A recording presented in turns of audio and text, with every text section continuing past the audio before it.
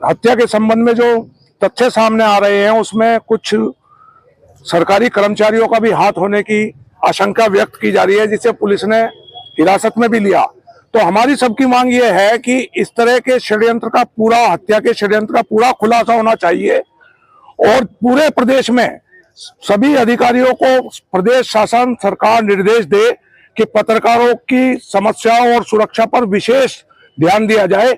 इसी को लेकर आज हमने जिलाधिकारी के माध्यम से मुख्यमंत्री को ज्ञापन प्रेषित किया है और हम अपेक्षा करते हैं कि जिस तरह से 10 साल में पत्रकारों ने प्रदेश सरकार का सहयोग किया, उसी तरह से सरकार पत्रकारों की सुरक्षा को सुनिश्चित करेगी।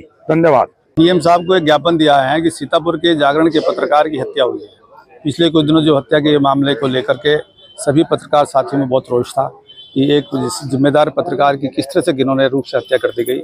उसके परिवार के लिए कि उनको आर्थिक मदद दी जाए, उनकी पत्नी को नौकरी दी जाए और उनको आगे इस तरह की कोई घटना ना हो। इस संबंध में आज हमने मुख्यमंत्री को ज्ञापन जिलाधिकारी के माध्यम से दिया है कि ये बात हमारी लखनऊ तक पहुँचे और प्रदेश में जो पत्रकार अपने क्षेत्र में काम कर रहे हैं उनके साथ इस तरह की कोई और अन्य घटना ना घटे। इसके लिए भी कहा गया है कि इस पर सुनिश्चित करे प्रदेश सरकार, जनपदों में जो लोग काम कर रहे हैं उनके साथ कोई इस तरह की घटना नहीं होनी चाहिए। मैं आज अपने शहर में, मुझे ये प्रेस वार्ता करते हुए बहुत खुशी महसूस हो रही है।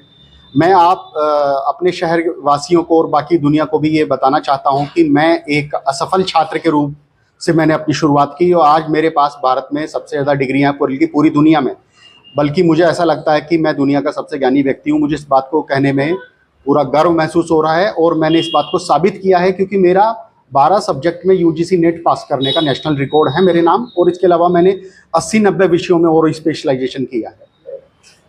मेरा सिर्फ यही कहने का मकसद है कि प्रतिभा जो है वो किसी स्थान विशेष की या कहीं उसकी मोहताज नहीं है, वो कहीं भी पनप सकती है।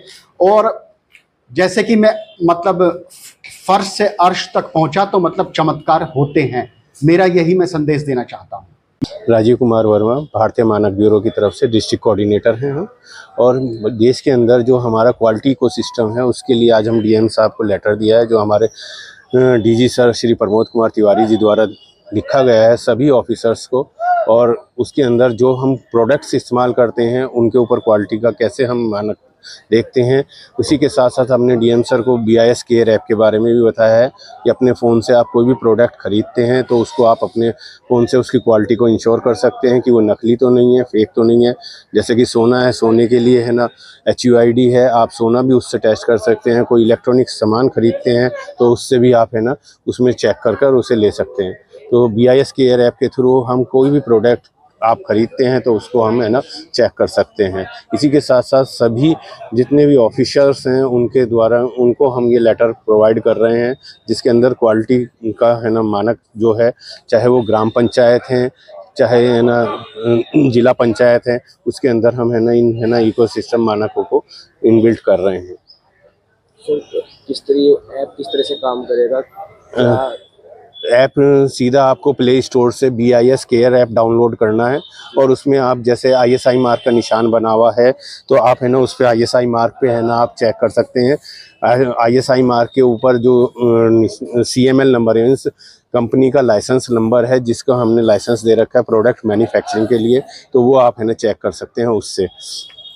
इस तरह से ये हमारा ऐप है, ISI मार्क हम यहाँ से चेक कर सकते हैं। उसमें CML नंबर हम लिखेंगे तो है ना उसके प्रोडक्ट के बारे में भी पता चल जाएगा, चाहे वो पानी की बोतल आपकी है, चाहे कोई भी प्रोडक्ट आप मार्केट से करिए। इवन जूतों पर भी ISI मार्क कंपलसरी हो गया है, जूते चप्पल अब ISI मार्क के आने लगे हैं।